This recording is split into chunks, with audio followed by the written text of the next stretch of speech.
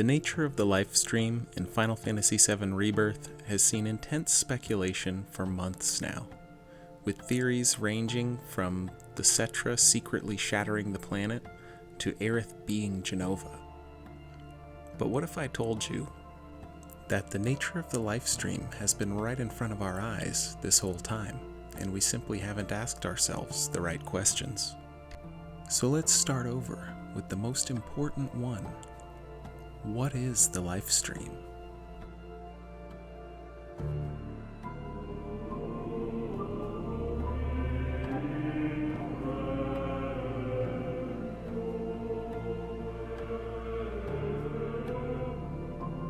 The Lifestream. That's what we call the river of life that circles our planet, giving life to the world and everything in it.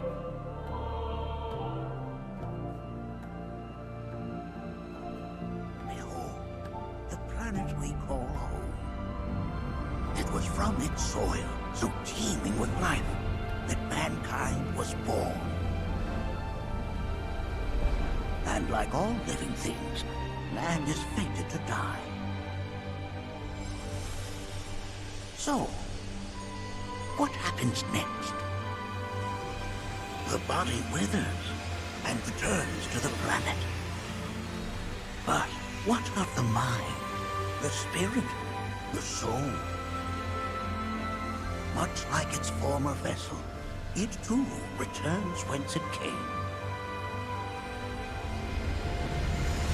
To the great river where all intertwine and circle the planet without end. A cycle of continuous convergence and divergence. The ceaseless ebb and flow that is the Lifestream. The Lifestream is a braided river which carries the memories of all life on the planet, and by the nature of memory, also the hopes and dreams of all people. And over the course of my studies, I stumbled across a fascinating theory. It addressed the issue of what the Lifestream is, arguing that spiritual energy is actually a manifestation of our knowledge and memories. Like I said, it's a fascinating theory, but it's incomplete. What about our hopes and dreams? We remember those, don't we? So what if spiritual energy doesn't distinguish between our real, lived memories and the unrealized desires buried deep in our hearts? What if coming into contact with that energy allowed us to peer through the looking glass, so to speak? It's just an idea, but I hope to find the truth someday. These unrealized desires buried deep in our hearts, these dreams, if you will, are what cause the continuous convergence and divergence of the Lifestream, giving it the shape of a braided river. Just like the Lifestream, a braided river contains countless divergences, some of which run adjacent to the main stream, some of which rejoin it quickly, and some of which try to strike out on their own. But all of them are fated to fade away with the passage of time and ceaseless ebb and flow of the stream. Behold, the true nature of reality. When the boundaries of fate are breached, new worlds are born. The planet encompasses a multitude of worlds, ever unfolding. Some quickly perish, while others endure. Yet even the most resilient worlds are doomed to fade. I believe we can learn a great deal about the Lifestream by looking at it as a river system. Still not convinced? Don't worry, we're about to swim even deeper. Oh, Cloud. I thought you might finally understand. The Lifestream and all river systems share another crucial element that allows their cycles to continue, and that is the participation of clouds. Based on its environment, a cloud can become light, representing hope, positivity, and dreams. Or it can become dark, representing negativity, anger, and sadness. You might even say that clouds, in nature and in Final Fantasy, experience inner strife between darkness and light. Clouds in nature are formed by the warmth of the light of the dawn. In Rebirth, during the reenactment of Loveless, Cloud plays the role of Alfred, also known as the Hero of the Dawn in the original script of Loveless.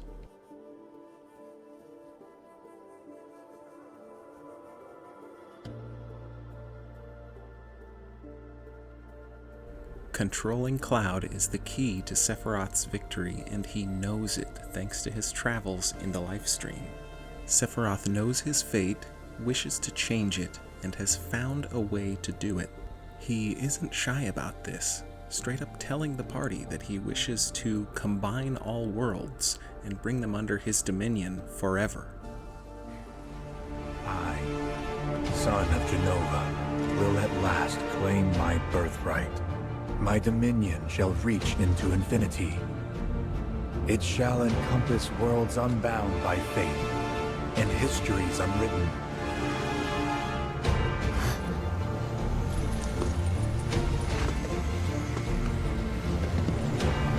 What do you mean?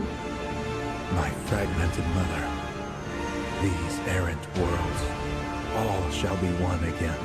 The reunion. All made whole forever. There's no such thing as forever. Ah, but there will be. In terms of the Lifestream, this means bringing an end to the cycle of convergence and divergence. All will be made one. And because this cycle is perpetuated by unrealized desires and dreams, Sephiroth must replace those dreams with emotions he can control.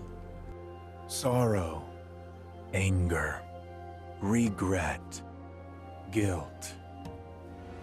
And so it begins. A confluence of worlds and emotions. Loss, chief among them. It engulfs fleeting moments of joy, transforming them into rage, sadness, hatred. Never have I felt them so keenly.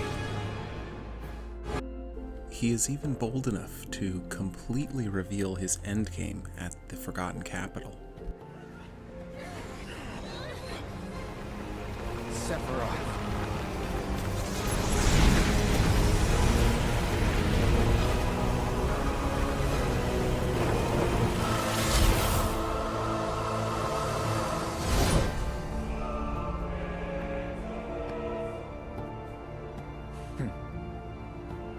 Good, Aerith. Pray.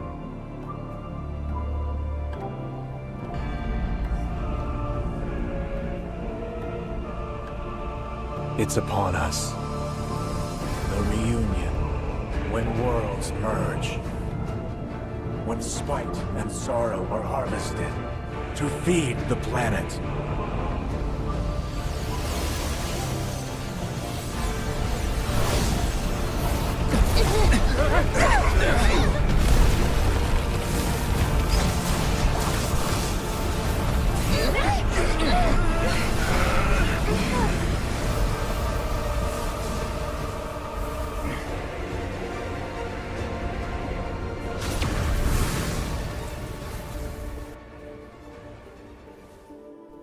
Now let's break this down. Why would Sephiroth want Aerith to pray? Aerith's prayer leads to her death and return to the Lifestream. Her influence from within the Lifestream is what guides its flow to physically emerge from the planet and push Meteor back. This is Sephiroth's moment. He needs Aerith to expose the Lifestream for him so that he may infect it with spite, sorrow, and the pain of loss, transforming any fleeting moment of joy into rage, sadness, and hatred, stripping the Lifestream of its happiness, hope, and dreams, and bending it to his will, creating his own endless dream. The only thing he needs to make it happen is cooperation from Cloud. This is why we see Sephiroth trying to kill Tifa on multiple occasions. Sephiroth knows that Tifa is the one who helps Cloud regain his memories and sense of self, and he does not want that.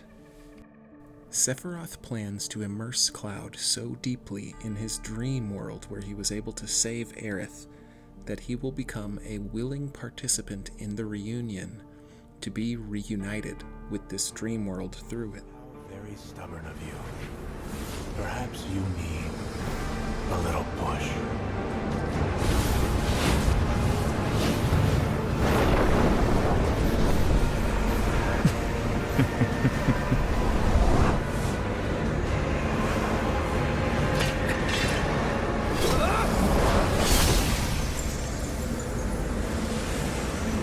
I give you my blessing.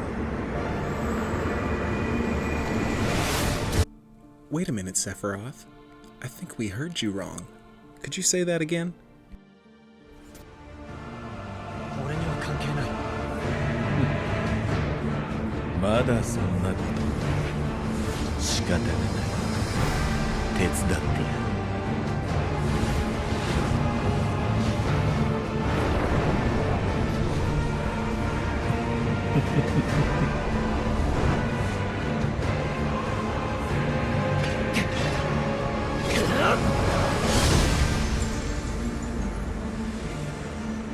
祝福をお前に送ろう。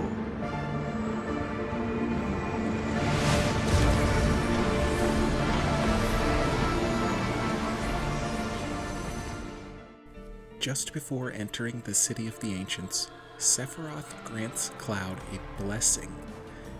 This is effectively a portion of his power, and this is what allows Cloud to create his dream world, the one where he saves Aerith, and also allows him to see into it even while he is awake, effectively placing his consciousness already in this dream world.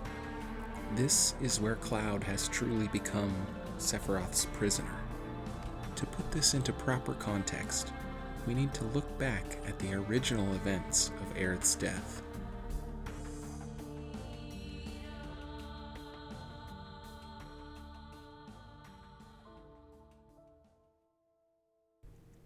This can't be real.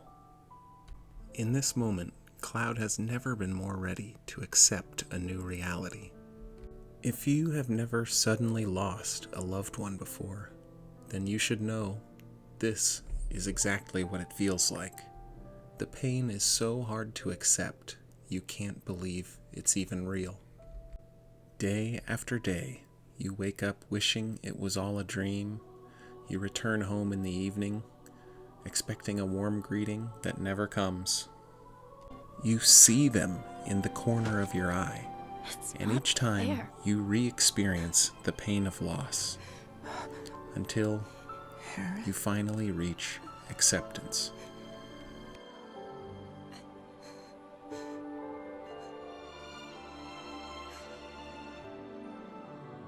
And with that, we've reached the end of the video. I hope I've earned your subscription, and if so, then keep your eyes peeled for my future videos where I will explain how the black materia works, the origins of the Gi tribe, and how Loveless ties into the plot of Final Fantasy VII. Until next time, OGB out.